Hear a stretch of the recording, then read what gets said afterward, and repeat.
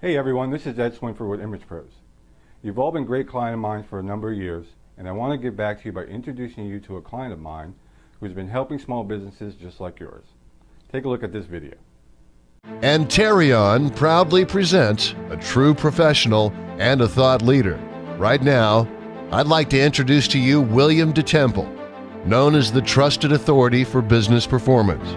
With over 40 years of experience as a professional CEO, a successful serial entrepreneur, he has built 4 rapid growth companies, acquired and sold numerous businesses, advised and consulted for financially distressed companies, and raised millions of dollars in all forms of capital. Those accomplishments and more have opened the door for William to perform as a member of numerous board of directors positions, do business in over 50 countries worldwide, and become a friend and a mentor to many around the world. Mr. DeTemple is also devoted to being a guiding hand to entrepreneurs. As an angel investor, he is an active member of the Angel Capital Association, and he sits on the advisory board for the Angel Pool organization, which syndicates deals among over 200 angel networks. As a professional trainer, his message of building profitable companies through his best-selling book, Raise Capital Quickly, his public speaking at live events, and his coaching efforts on the internet, world-famous motivational speaker and entrepreneur Les Brown says, William will help you get unstuck by sharing with you the knowledge, tools, and resources you need in order to build an enterprise as large as you can dream. Mr. DeTemple also delivers as an international keynote speaker worldwide, sharing the stage with best-selling authors like Ken MacArthur and industry leaders like Sam Crowley. Mr. DeTemple positions himself with the best of the best, delivering impactful industry insight. His motto is, I have made and lost more money than the average person ever dreams of, and continue to make more money than the average person dreams of. Many industry leaders recognize him as a pioneer when they work together. Let William work with you. Without further ado, it is my privilege and honor to introduce to you the man that will make your bottom line grow, William DeTemple.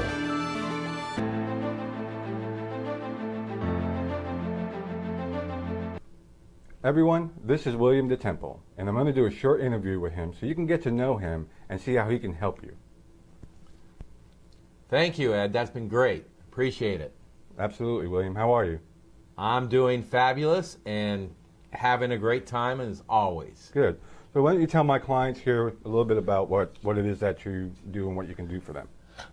Well, just as I saw from the intro video, I've got a lot of experience in building companies. And my goal now at this stage of my life is to give back to entrepreneurs and to help them grow their businesses, share my wisdom and my knowledge with them so they can achieve success and go beyond their wildest dreams. Okay.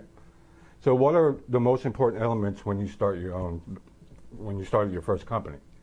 Well, the most important element that I found was I really didn't know as much as I thought I knew. And I was very fortunate that I met a mentor who turned around and helped coach me and guide me. And that mentor helped me select and hire the right management team and put things together. And if it wasn't for him and the management team that he helped me assemble, my first business would never have been the success that it became. Oh, terrific. Tell me about the challenges you faced building businesses and taking them to the next level.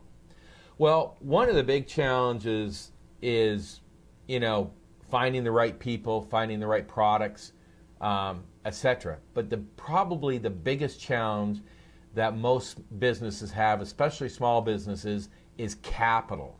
Getting the right type of capital, having the resources to be able to really grow their businesses. And that was a challenge for me. My mentor was very helpful in getting me into finding the right type of capital that helped us grow my first business to over $12 million in revenue. And if it wasn't for the source of capital that he introduced us to, we would have never got there. Right, right. Okay. And So what is the secret to building a synergistic management team? Well, one of the things that we've learned over the years is, a lot of people will hire good managers or good people because they've got a great resume and they come across with a great first impression. But what we've learned is there's a psychological process that goes on as well.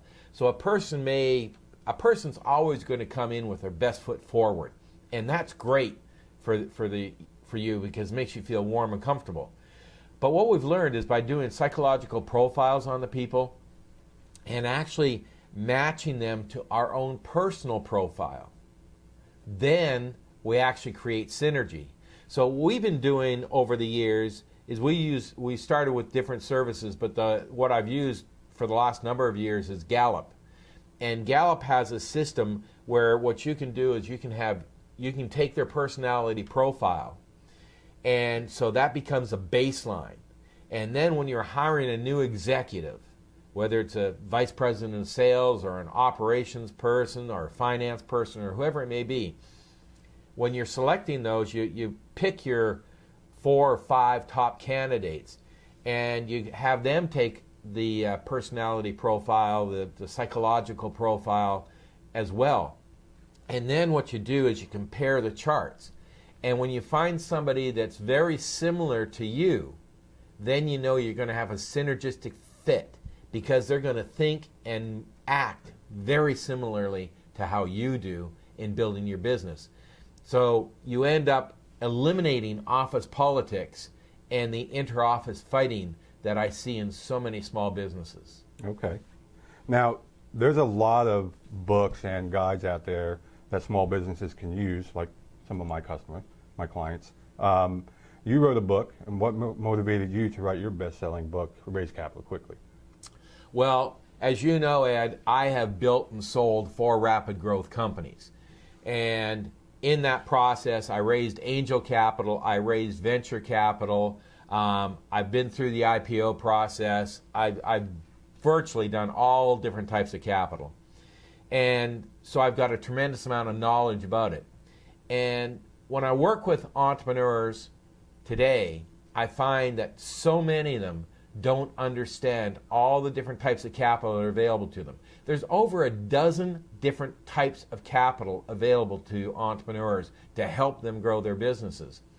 And I decided that because they don't understand all these different types of capital, how they fit together, how they work together, etc., I wrote a book. And the book is covering not only the 12 different types of capital, but the things that the people that have that capital are looking for to consider giving you the capital, and what the steps are that you need to do to be prepared to present to those people so those people feel warm and comfortable with your presentation and say, hey, this is a person I want to invest in. And one thing I like people to understand is even if they're going for a bank loan or an SBA loan or something along that line, that is still an investment by that firm. And so they're evaluating you the same way, well, maybe not the same way, but they're evaluating similarly to what an angel investor would evaluate you or a venture capital firm, etc. So there's a tremendous amount of value in the book. Right, that's great. And what are the most critical components of raising capital? Well, in my opinion, the 2 biggest, most major components in raising capital are having an excellent and strong management team, because that's what the investors are investing in, is the management team. The second thing is having a comprehensive business plan that really spells out all the things that you're planning on doing and how you're going to accomplish it. One of the biggest elements that I see missing in a lot of the business plans that I read is the assumptions. They don't write a list of assumptions on how they came up with the analysis to say, oh, because of the information we learned here, we're going to be able to sell X number of units per month or whatever the case may be. If you don't have those assumptions in the business plan, the person reading your stuff he gets lost, because they're like, well, how did they come up with that information? How did they, determine that this Right. marketing technique is going to generate this sales? Sure. So your assumptions are the value that really cement the business plan together and give the investor the warm fuzzies and says, yes, I feel good about investing in this person. Right. And out of the two, do you think that the management team would be the more important? I think they're equally important. Okay. The management team, I mean, again, if you go in there as a lone horse, you might say,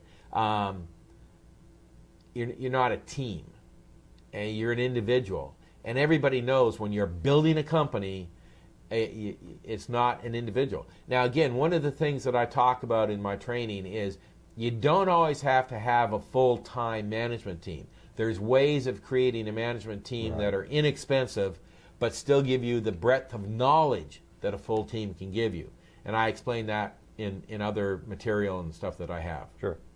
A lot of my clients, they're small businesses. Some of them are a little bit larger, and they have problems, as every business does, whether they're starting out or they've been in business for a long time. What are some of the reoccurring problems you found in businesses? Oh, well, reoccurring problems in businesses is quite often the owner working in the business rather than working on the business. And again, this is where a great management team comes into play, because if the owner of the company is spending 40 hours a week at the office and checking this and checking that and writing emails and doing planning and everything else, they're working in the business. They're not working on the business. And what they need to do is they need to delegate that to lower paid employees that can report up to them. They need to spend their time looking at the big picture, seeing, is there a possible acquisition out there? You would be amazed how many small businesses can do acquisitions of other small businesses and grow their business through acquisitions. There's also ways to grow it organically. It's all a process of learning the different options that you've got available to you, and it's something that's easy to learn. But if you're so focused on looking after day-to-day problems, you can't get your head above the landscape and really see the opportunities that are out there. Sure, and I'm sure that inhibits their growth and where they want to go in the future and things of that nature. So, for my clients, it's a big thing for them to be able to take their business and expand it. The other thing that I also see with that is what happens is they end up with a tremendous amount of stress. They're stressed out. Sure. They're not relaxed. They're not comfortable. And when they get themselves out of that rut and start working on their business, then it's like, wow, they've got more freedom. They've got more time to do things. And their whole life becomes so much nicer. And as I said, I tell you, it was my mentors and their wisdom and their knowledge that helped me succeed, because my first management team, the first guy that I brought on the management team, he was more than 30 years my senior. He had so much more experience than I did, and I learned so much from him. Right. And that's one of the reasons I'm giving back to entrepreneurs now, is because if it hadn't been for my people, I wouldn't have gained their knowledge and their experience. Sure, and that's great. And what I'm hearing is mentoring is a big thing. So for my clients out there who know someone they can feed off ideas and become a mentor for them, is probably a good idea. Oh, yes. And you gain so much when you're mentoring somebody.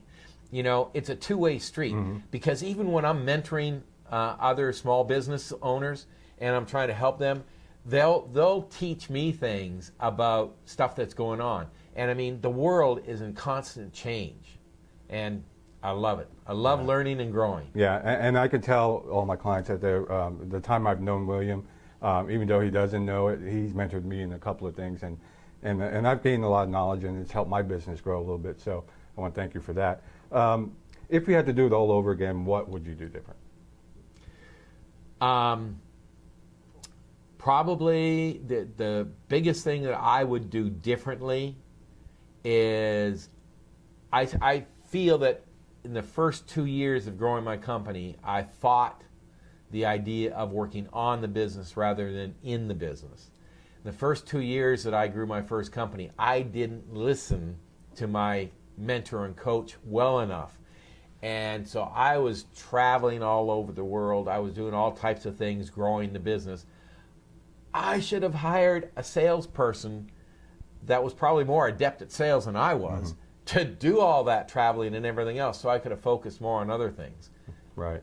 So is that some of the traps that small business owners fall into, that they try to handle a lot of stuff on their own? Oh, that's the biggest trap that they fall into, is they try to do everything themselves. They want to go attend every single trade show. They want to do this, etc. Right. I learned after a few years that the only time I dealt with a client directly was if this client was a very major client and they wanted that face-to-face with the owner of the company to get that warm and fuzzy so that they could feel secure in doing deals with us. Because when you're growing, you start working with small companies, and then we got into working with bigger and bigger companies. And we started working with national firms and providing services to national firms, and that's how we grew. And the fact of the matter was, and again, let's get things in perspective here. Because when I grew that first company, we started in the mid-'70s and sold it in the early '80s. And we grew in that 7-year period to over $12 million. Now, in today's dollars, I would guess that would be a minimum of $25 million. Wow. Easily, and later on, I ended up growing one company I grew to over $65 million in 3 years. And that was because I'd learned all these processes. Sure. So there's processes and systems and knowledge that I've got today that I didn't have 40 years ago when I started. Right. Right. That's great. And a lot of my clients too if they take some of these tips that you're giving today, even if they didn't go any further, they can turn their business around, I would think, just by doing a couple of things that we're talking about here today.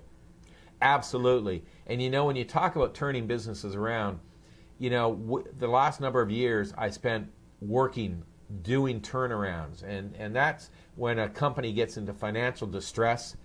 We've gone in, we've been brought in by the banks or the investors because it's their money that's at risk. Right. And we've been brought in to try to fix the company and make it healthy and grow it.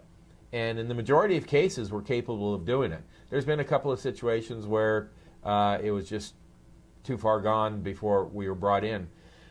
But I've done a lot of turnarounds. So I've taken financially distressed companies and I've turned them around and made them healthy, profitable, growing companies again. And, people have looked at me and said, well, how did you do that? Well, it's not that difficult.